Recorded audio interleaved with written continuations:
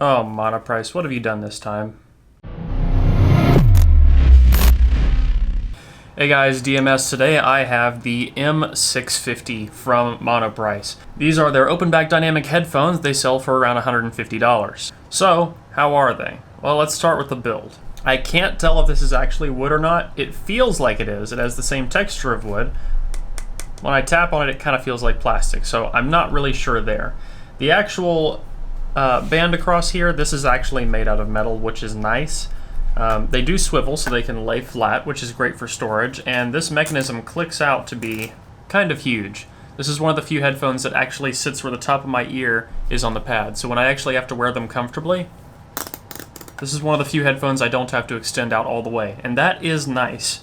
Now, they don't weigh too much, but I think they could use just maybe a little bit more padding on top, because as you can see, this doesn't dent in very much.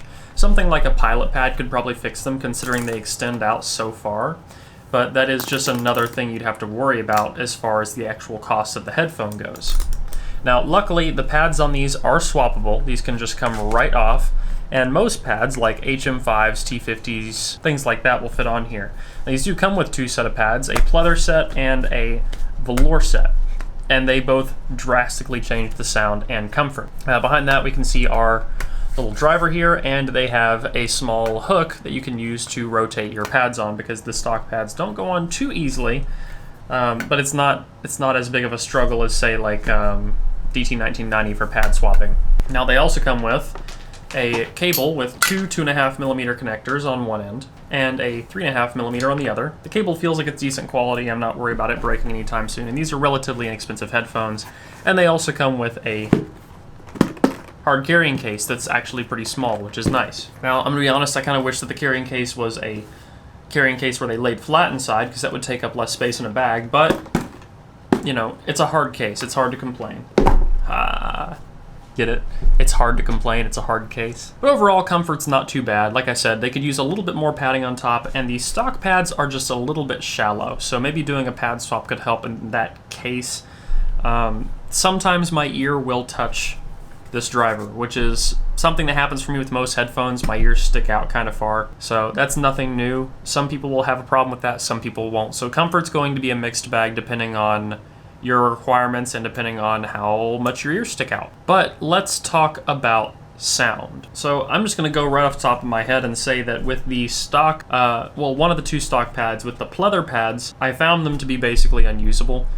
They were basically entirely focused on mid-bass. The highs got very dark. Soundstage is just kind of acceptable. They're a little bit more narrow than HD 650s from Sennheiser, but don't have the same vocal intimacy. When you swap on the velour pads, it's an entirely different story. With the velour pads, everything becomes significantly more balanced. They actually have really good extension in the lows.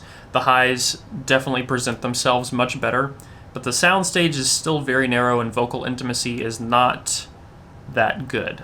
And unfortunately, to top that off, there really wasn't that much redeeming about the sound. Frequency response wise, with the velour pads, they were definitely acceptable, although a little bit sibilant at times. And I could definitely use these for something like monitoring if I needed to, like if I'm recording and I need to monitor, I would definitely use these with the velour pads. But listening for pleasure or even for mixing, I wouldn't, because things like imaging and separation felt subpar.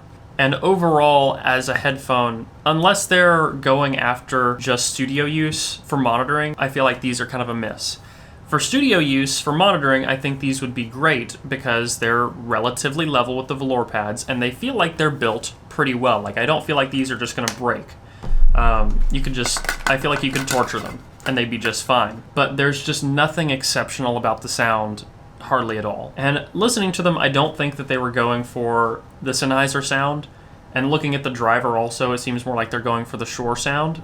But this is a really hard sell for me, considering things like 5.8x Jubilee exists and 5.98 exists. And both the 5.8x Jubilee and the 5.98 are at a similar price point to these. Or things even like the MDR1A, which isn't even an open back, it's a closed back, I know, but that's at a similar price point if you get them refurbished. And as much as I've liked a lot of things Monoprice has released over the past few years, and I'm sure they're going to continue to release things that are good, these unfortunately for me were a miss. and I can't really recommend them. If you want to see some things I do recommend, I will put a few down in the video description, just links to Amazon. You can check those out if you want, and those would all be things that I would recommend over this in this price point. As far as the M650 goes, I hate to say it, but these are a little bit disappointing to me. Now that said, I am excited to see what Monoprice releases in the future. I hope that they continue to release planars and things of that nature, but there's just too many good things that are open back dynamic in this price range to really recommend these. So guys, thanks for watching. If you like this video, please leave a like down below and a comment letting me know what you want to see in the future. And if you want to see more videos like this one, don't forget to stick around and subscribe. And if you want early access to those videos, you can check out the Patreon linked in the video description. Until the next one, guys.